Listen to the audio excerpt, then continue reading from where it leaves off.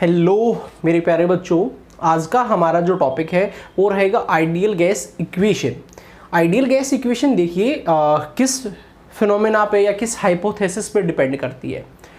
ये डिपेंड करती है कि जो आपकी गैस है उसके बीच में ना तो इंटरेक्शन है, किसी तरह का कोई अट्रैक्शन नहीं है और कोई भी रिपल्शन नहीं है। ओके, ये हमें काइनेटिक थ्योरी ऑफ गैसेस में क्लियर होगा, ये उसी का पोस्टुलेट है। अब देखिए रियल गैस में तो ऐसा नहीं होता है। रियल गैस में कुछ इंटरेक्शन भी होता है और कुछ रिपल्शन भी होता है, वो हम पढ़ेंगे आगे, रियल गैस इक्वेशन आएगी। बट फिलहाल ये मान के चलते हैं गैस के बीच में कोई अट्रैक्शन नहीं है, कोई रिपल्शन नहीं है, उसी गैस को हम आइडियल गैस बोलेंगे। बट ऐसा किसी गैस में भी नहीं है, इसीलिए कोई भी गैस आइडियल नहीं है।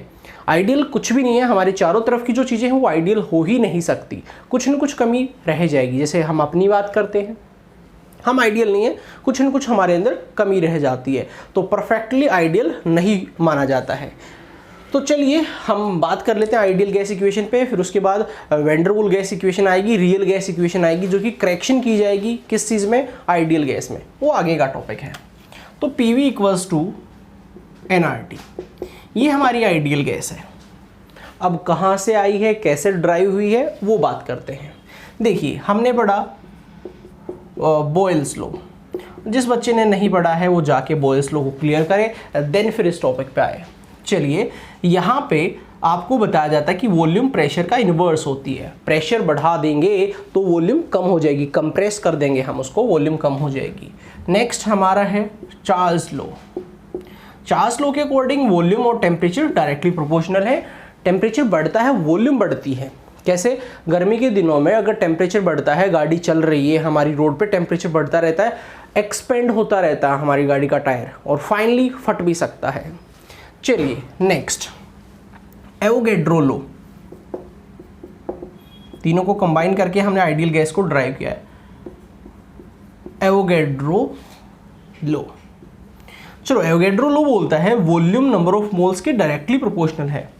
अगर आप किसी कंटेनर में 1 मोल डालते हैं तो 1 मोल का मतलब होता है उस गैस ने 22.4 लीटर वॉल्यूम ऑक्यूपाई की है।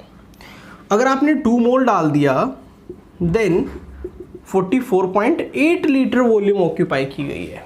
ओके, अब देखिए वॉल्यूम यहाँ पे प्रेशर का इन्वर्स है, यहाँ पे टेम्परेचर का डायरेक्टली है, नंबर ऑफ मोल्स का भी डायरेक्टली है। तो क्या हम ये यहाँ पे लिख सकते हैं? बिल्कुल।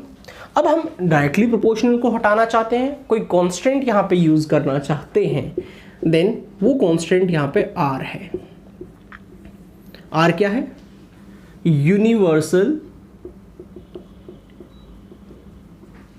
Gas constant. ओके, अब R कैसे फाइंड आउट किया जाएगा? ये इधर ले लेते हैं, NT उधर ले लेते हैं।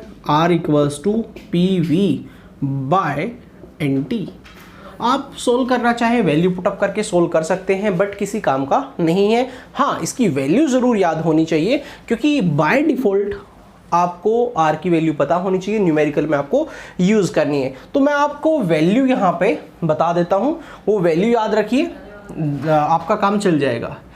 R 0.0821 कब?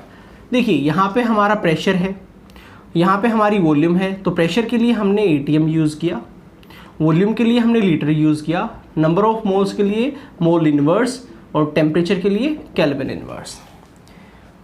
ATM लीटर अगर ऐसी यूनिट है देन 0.0821 यूज़ करेंगे, और 0.0831 यूज़ करेंगे कब? तब ATM नहीं है, बार है, bar, litre, mole inverse, kelvin inverse. Okay, next R की वैल्यू 8.314 हो सकती है कब? तब जूल में दिया गया है, जूल पर केल्विन पर मोल। ओके, नेक्स्ट 8.314 अर्ग, ये भी सेम है, केल्विन इनवर्स, मोल इनवर्स। तो याद रखें, जूल में है तो 8.314, अर्ग में है तो 8.314। और भी वैल्यू है वो मैं आपको बता देता हूँ। अगर हमारा कैलोरी में दिया गया है तो 1.99 मीन्स अप्रोक्स 2 कैलोरी पर केल्विन पर मोल। ये हमारी वैल्यू है R के लिए। अगर ड्राइव करना चाहते हैं कन्वर्ट करना पड़ेगा, कन्वर्ट करके अगर आप फाइंड आउट करेंगे तो ये वैल्यू आपको मिल जाएंगी। ओके, तो ये वैल्यू आपको याद रखनी है। चलिए अब मैं आपको बता देता हूँ STP और SATP। सुनिए, यहाँ पे STP की बात करते हैं तो STP क्या होता है, स्टैंडर्ड टेम्परेचर प्रेशर। ओके, अब स्टैंडर्ड टेम्परेचर प्रेशर क्या होता है गैस के लिए, गैस के लिए बात कर रहा हूँ मैं पहले आपके। STP देखिए, यहाँ पे जो टेम्परेचर है वो 0 डिग्री सेल्सियस लिया गया है। ओके, मीन्स यहाँ पे 273.15 केल्विन भी आप बोल सकते हैं, और प्रेशर जो है वो 1 atm यूज़ किया गया है। यहाँ पे जो वॉल्यूम आएगी आपकी 1 मोल की, वो आएगी 22.4 लीटर।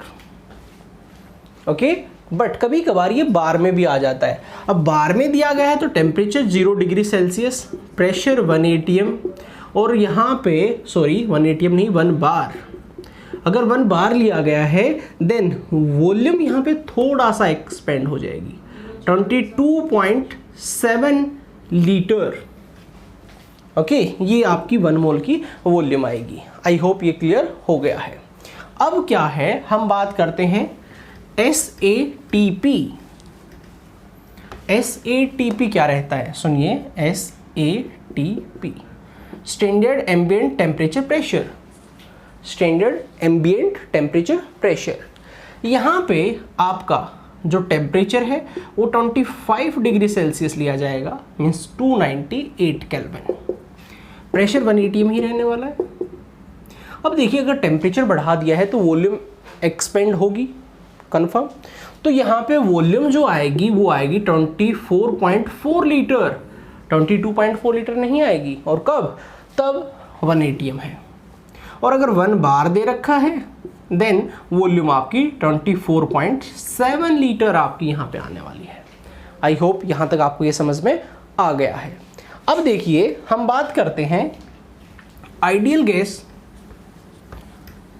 को डेंसिटी की फॉर्म में लेके चलते हैं। PV equals to nRT। What is n, number of moles. क्या मैं नंबर ऑफ मोल्स को given mass upon molar mass लिख सकता हूं, क्योंकि मुझे पता है n होता है मेरा गिवन मास अपॉन मोलर मास RT। V को मैंने नीचे लिया, P equals to W/m VRT।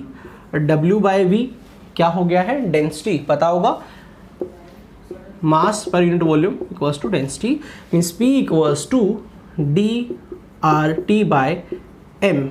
Okay, so PM equals to DRT। कभी डेंसिटी की फॉर्म में आता है न्यूमेरिकल तो आप इजीली कर पाएंगे।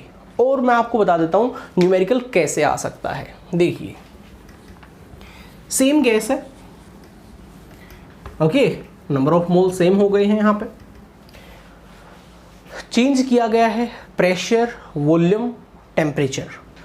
आप जानते हैं PV इक्वल्स टू nRT होता है। आपने प्रेशर P1 लिया, वॉल्यूम V1 ली, नंबर ऑफ मोल सेम है, R सेम है, टेम्परेचर T1 है। नेक्स्ट आपने यहाँ पे क्या लिया, P2 V2, number of mole same, क्योंकि सेम गैस है, सेम मोल्स हैं, R कांस्टेंट रहेगा, T2 टेम्परेचर चेंज किया है, means P1/V1 upon T1 equals to nR। P2V2 divided by T2 equals to nR। अब n कांस्टेंट, R कांस्टेंट, ये एक another constant हो गया, P1V1 upon T1, P2V2 upon T2 constant, ये भी कांस्टेंट के इक्वल, ये भी कांस्टेंट के equal. So P1V1 upon T1 equals to P2V2 upon T2। आप इजीली न्यूमेरिकल सोल्व कर पाएंगे। डेंसिटी की फॉर्म में बता दिया है। अगर सिंगल गैस है उसमें प्रेशर वॉल्यूम पूछा है, PV इक्वल्स टू nRT लगा देंगे। और अगर सेम गैस है उसका टेम्परेचर चेंज कर रहे हैं, प्रेशर भी चेंज होगा, वॉल्यूम भी चेंज होगा, आप ये फॉर्मूला फॉलो करके इसको सोल्व कर सकते हैं। चलिए एक न्यूमेरिकल मैं आपको करवा देता हूँ इसका। ओके, बात करते हैं इस न्यूमेरिकल पे। देखिए एक सैंपल है नाइट्रोजन गैस का जो वॉल्यूम ऑक्यूपाई करता है 300 सेंटीमीटर क्यूब। कब? STP पे। तो देखिए यहाँ पे V1 कितना हो गया है 300, STP दिया गया है, तो बाय डिफ़ॉल्ट आपको टेम्परेचर प्रेशर पता लग गया है। टेम्परेचर मैंने अभी बताया 273.15, SATP होता तो 25 डिग्री सेल्सियस मीन्स 298 लेते। प्रेशर यहाँ पे 1 atm ले लेते हैं। अब calculate its volume at 500 kelvin means यहाँ पे T2 हमें दे रखा है और हमें वॉल्यूम फाइंड आउट करनी है, V2 फाइंड आउट करना है। प्रेशर दिया है P2, क्या दिया गया है 0.5 बार। चेंज कर लेंगे, इसको भी बार में कर लेंगे।